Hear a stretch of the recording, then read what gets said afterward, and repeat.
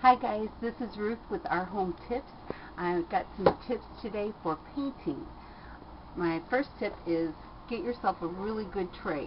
You want one that has support on the bottom, and you want one deep enough to hold your paint.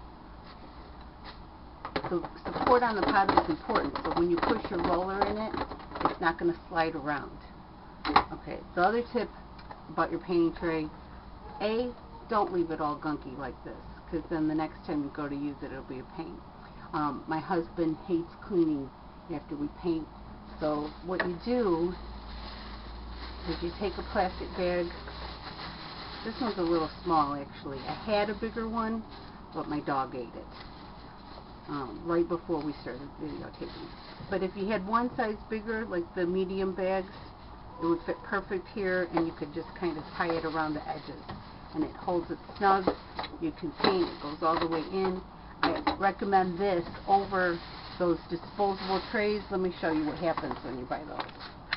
They're not as deep, and sometimes they're too long. See how this doesn't fit. It doesn't go all the way in. It can make more mess than it's worth. So I definitely recommend using the plastic bags as your liner. So when you're done, you can just take the bag off and throw it away. Okay, another tip is old sheets. I always use my old sheets instead of buying the plastic drop cloths. The plastic drop cloths are really slippery. B, you already have old sheets. They don't have to be nice white ones. They could be the old ones with, cartoon characters on them that your kids use. If you have fitted ones that are old, just cut off the elastic part. They still work great. So old sheets are good.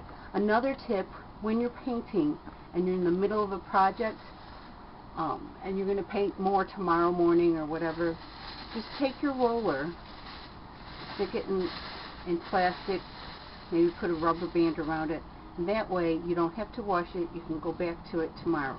Now this won't last for a week, but it'll last overnight.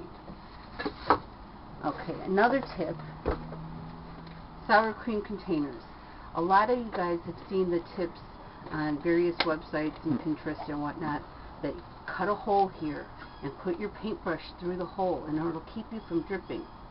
Okay, let me tell you, I don't like that tip at all, because it also keeps you from seeing where you're painting. It's not very good. It's not worth the time. It's better if you have a wet rag, keep it in your belt or tuck it in your waistband. Have a wet rag with you whenever you're painting trim, and that way if you do mess up, you can come in with the wet rag and wipe it up real quick and you're fine. I do like sour cream containers for doing trim work when I'm using paint.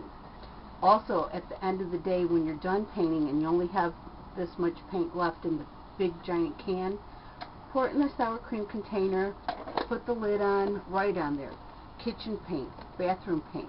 This way you have a small touch-up paint, so if the kids ding the walls or whatever, you have the paint, you know where it is, and it's not taking up tons of room in your house. Okay, I think that's it. So I hope you guys liked today's tips on painting. Don't forget to like us on Facebook and subscribe below.